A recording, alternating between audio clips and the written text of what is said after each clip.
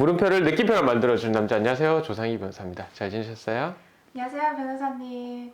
오늘은 저번에 이어서 오징어 게임 관련된 얘기를 제가 궁금해서 해볼 건데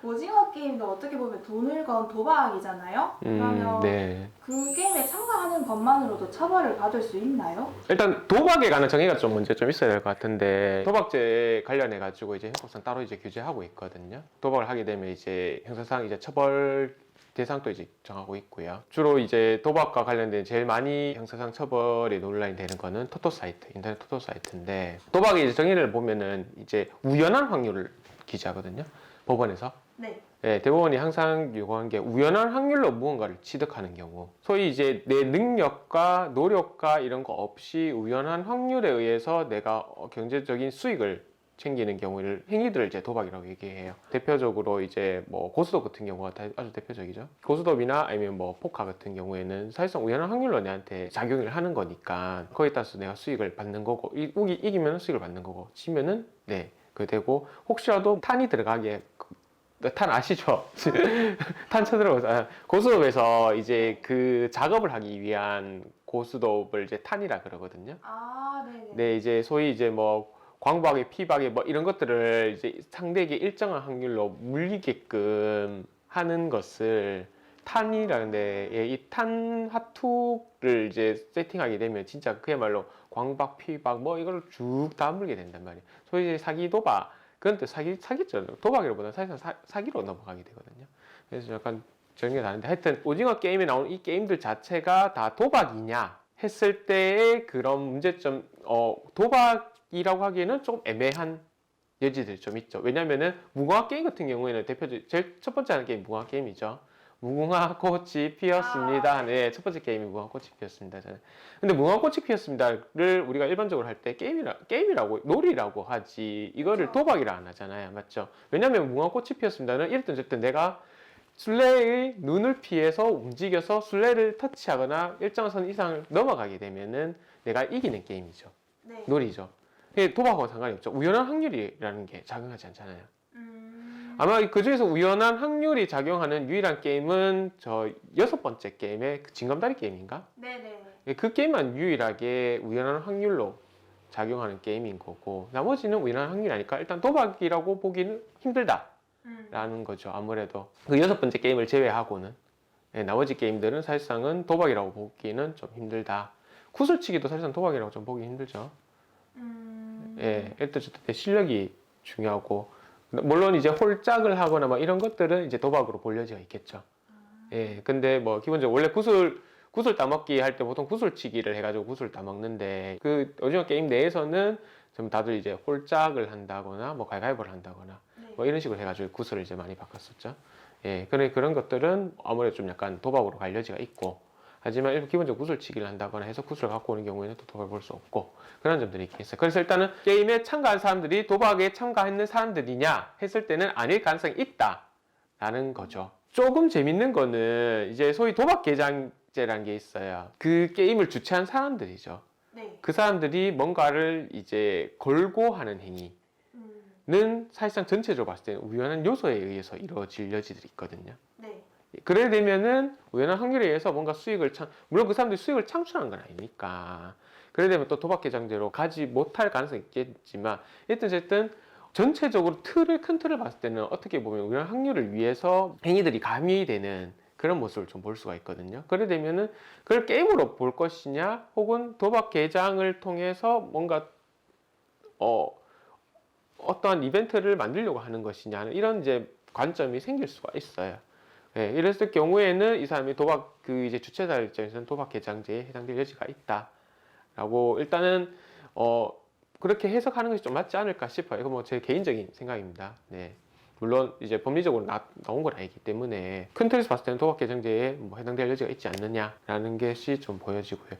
그리고 질문이 아까 하셨던 게, 참석만 해도 처벌을 받을 수 있는지가. 그래서 예, 그래서 이제 결국 이제 그 게임에 이제 참석하는 사람들이 문제인 거잖아요. 네. 돈을 걸고 사실상 이제 자기가 이제 행위를 하는 거, 사실상 이게 잘못됐다, 형사상으로는 처벌하기는 좀 약간 무리가 있는 것 같아요.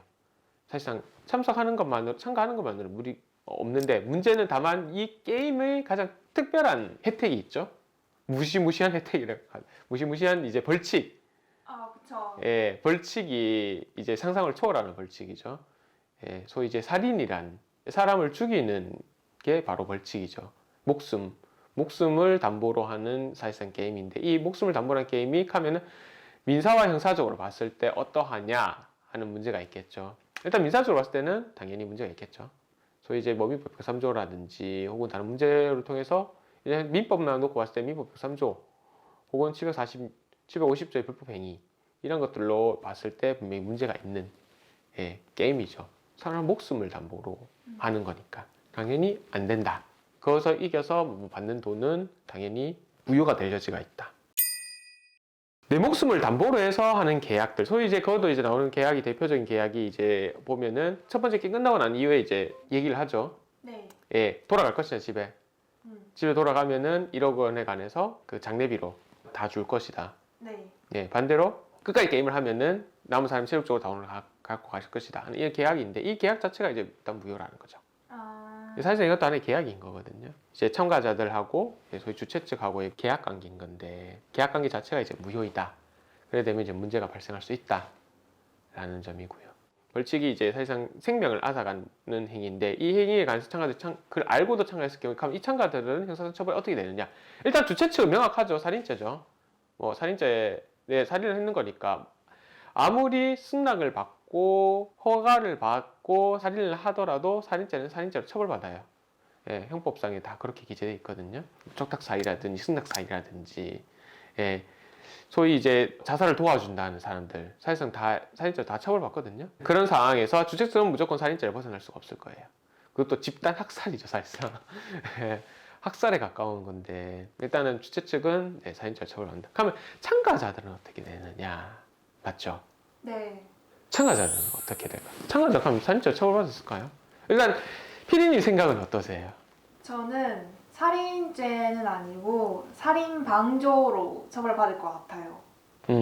저는 개인적으로 살인 뭐 이제 충분히 예, 논의가 가능한 문제고요. 이 사람들이 가서 살인 방조로 볼 것이냐, 살인을 하는데도 가만히 놔뒀으니까 맞죠? 네. 살인 방조로 볼 것이냐 하는 문제점이 견해가 있을 거고요. 왜냐면 일단 이거 관련해서 판례가 없으니까 예, 저희가 자유롭게 얘기하는데 살인 방조 볼 수 있고요. 저는 사실상 살인의 공범으로 좀 보거든요. 아, 공모를 했다. 예, 공모를 했는 걸로 볼 수 있다. 왜? 자기가 456억이라는 돈을 가지려면 결국에는 다른 사람이 죽어야 되거든요. 죽어야지만 자기가 그 돈을 가지려고 할 수 있거든요.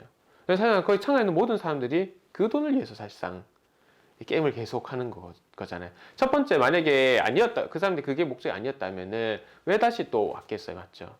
첫 번째, 분명히 1차 게임 끝나고 다 사람들이 가만수 투표를 해가지고 결국 오일남이 사고를 친 거지만 계획한 거지만 다 나갔다가 다시 오잖아요, 맞죠?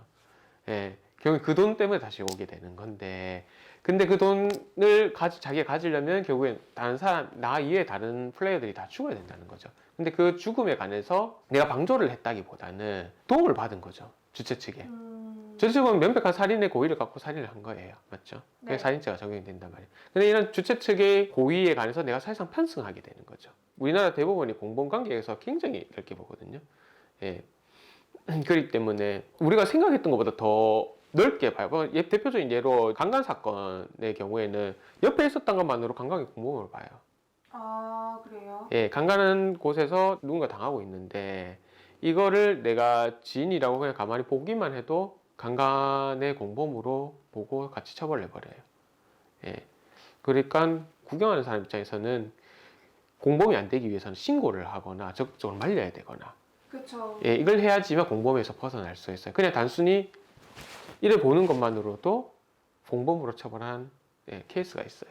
그 말인즉슨 우리나라는 공범에 관한 대법원은 공범에 관한 관념을 엄청 넓게 본다. 그랬을 경우에는 살인죄와 관련해서는 당연히 주최 측이 살인에 관련해서 당연히 승낙을 한 거고 그걸 사실상 직접적으로 지시한 건 아니지만 그것을 용인을 하고 거기 가서 편성을 했다고 볼 수가 있겠죠. 그렇게 되면은 이 경우에는 살인죄의 방조가 아닌 살인죄의 주범 혹은 공범으로 처벌이 가능하다라고 해석될 여지가 있다는 거죠. 네, 오늘 제가 궁금한 거 즉흥적으로 여쭤봤는데 답변 주셔서 감사하고 마지막으로 관련해서 더 해주실 말씀 같은 거 있으신가요? 불법 행위를 통해서 465억을 받아간 건데, 그럼 이 465억을 관련해서 내 것이 될 것이냐는 민법상의 문제가 있긴 있어요. 뭐 근데 사실상 소송하기가 애매하죠. 주최 측에서 결국에는 돈을 주는 주최 측에서 소위 이제 올람이죠. 올람이 준 거니까 사실상은. 그럼 올람이 민사소송에서 갖고 올 수 있느냐 했을 때 갖고 올 여지가 있긴 있죠. 근데 올람이 소송을 할까요? 안 하겠죠. 안 하겠죠. 네. 네, 소송을 해서 자기가 살인죄를 저질러서 줬는 돈이다라고 하진 않겠죠.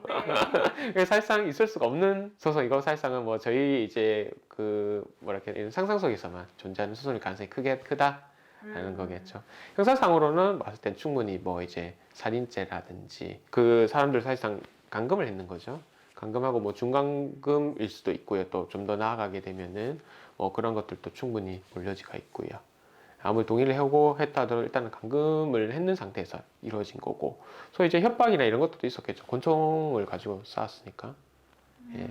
그러니까 주최 측에 관련된 이제 여러 가지들 머리 좀 있을 것 같아요. 일단은 참가했는 참가자들에 관해서 어떤 처벌을 받을 것이냐 하는 점이니까, 참가자들은 살인죄의 공범으로 처벌받을 가능성이 있지 않느냐. 죄형 법정주의 하에서 최대한 이제 좀 그 해석을 좀 작게 한다면은 참가자들의 이익으로 작게 해서 가져가면 살인의 방조로 볼 여지도 있다. 라는 것이 오늘의 주제의 답 아니겠느냐. 네, 그래 생각합니다. 네. 이상 조상희 변호사였고요. 도움이 되셨다면 구독과 좋아요 꼭 눌러주시고요. 궁금한 것이 있으면 상희에게 상의하세요. 감사합니다.